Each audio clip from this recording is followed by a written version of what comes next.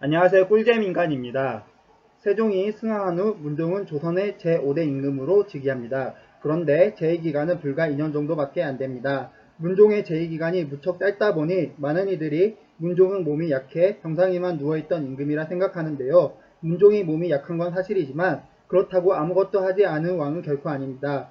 앞서 살펴보았듯 문종은 성군 세종 밑에서 30년 동안 세자 시절을 지내며 착실하게 후계자 수업을 받은 왕입니다. 게다가 아버지를 대신해 8년 동안 대리청정을 했기 때문에 왕이 되기 위한 수습기간도 충분히 지낸 사람입니다. 하지만 어쩌된 일이지 사국 속 문종은 언제나 병약하고 아들 걱정만 하는 아들 바보로 그려지고 있습니다.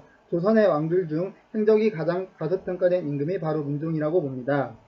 임금이 말하기를 대사원 안한경이 이르기를 근사록의 강을 끝마친 뒤에 마땅히 육전을 강해야 한다고 하나 내가 생각하거늘 육전은 반드시 강할 필요가 없으나 병서는 강하고 싶다. 문종은 즉위한 해에 경연에서 병사를 공부하고 싶다고 말합니다. 경연은 본래 유학의 내용을 토론하는 자리지 군사와 관련한 내용은 절대 언급되지 않습니다. 그럼에도 불구하고 문종은 신하들에게 병서를 논의하고자 할 만큼 군사 전반에 관심이 많았던 임금입니다. 세종을 닮아 몸이 뚱뚱했던 문종은 멋진 수염을 가지고 있었습니다. 하지만 그 당시는 풍채가 좋고 수염이 멋진 사람이 미남으로 여겨졌기에 그의 뛰어난 외모는 명나라까지 소문이 자자했습니다.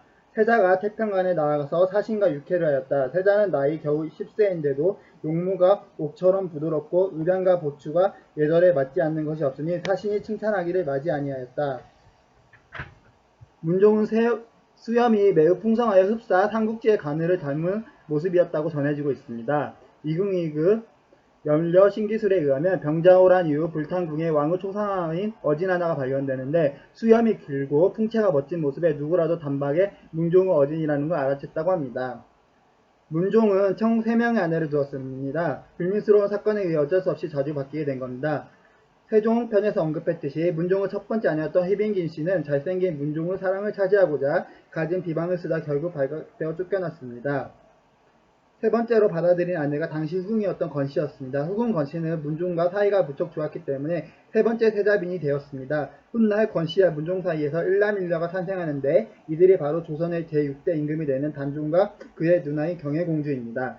삼수 끝에 어렵게 맞이한 아내, 그가 바로 단종의 어머니 현덕왕후 건씨였던 겁니다. 게다가 귀한 아들과 딸까지 낳아주었으니 문종이 얼마나 행복했을까요? 하지만 문종의 행복은 그리 오래가지 못합니다. 문종이 세자였던 1441년 당시 해답인이던 권씨는 아들을 낳고 싫은 씨를 앓다 다음날 숨을 거둡니다.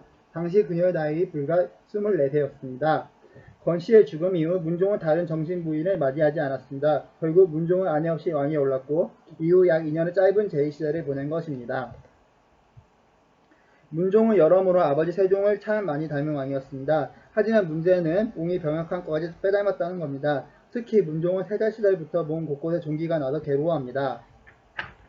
세자에게 또 종기가 났으므로 여러 신하를 나눠 보내 기내의 신사와 구루에 기도하게 되었다. 아버지를 닮아 유학과 학문 연구에만 몰두한 문종이니라 약한 몸은 더 쇠약해져 결국 병을 얻었는데 세종 승하 이후 3년상을 치르면서 몸 상태는 걷잡을 수 없이 악화됩니다. 문종은 결국 병상에 누워있는 시간이 많아졌습니다. 자리에 누운 문종은 걱정이 많아집니다. 그에게는 형제들이 많았기 때문입니다. 특히 바로 아래 동생이던 수양대군이 가장 큰 고민이었습니다.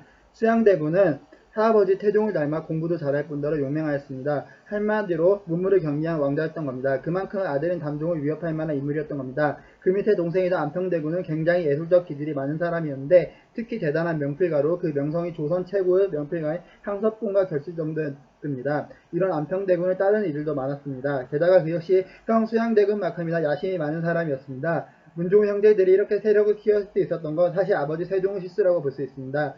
세종은 문종이 외 다른 왕자들에게도 정치적 입지를 다질 기회를 주었기 때문입니다. 아버지 세종은 그의 형제들과 우애가 좋았습니다. 피를 흩뿌리고 왕이 된 아버지 태종이 자식들에게만큼은 형제간의 우애를 유독 강조했기 때문입니다. 아들인 세종 역시 아버지의 가르친 대로 형제간의 우애를 강조하면서 나랏일을 집행할 때 아들들을 두루두루 기용합니다. 세종 자신이 형제들과 사이가 좋았기 때문에 자녀들 또한 형제간의 우애가 좋을 거라 확신한 것입니다. 하지만 이는 오히려 세자의 다른 자녀들에게도 똑같이 힘을 실어주는 계기가 되었고 이 때문에 불행의 씨앗이 움트게 됩니다. 게다가 문종이 병을 얻어 자리에 눕자 이 씨앗은 점점 발화되고 만 것입니다.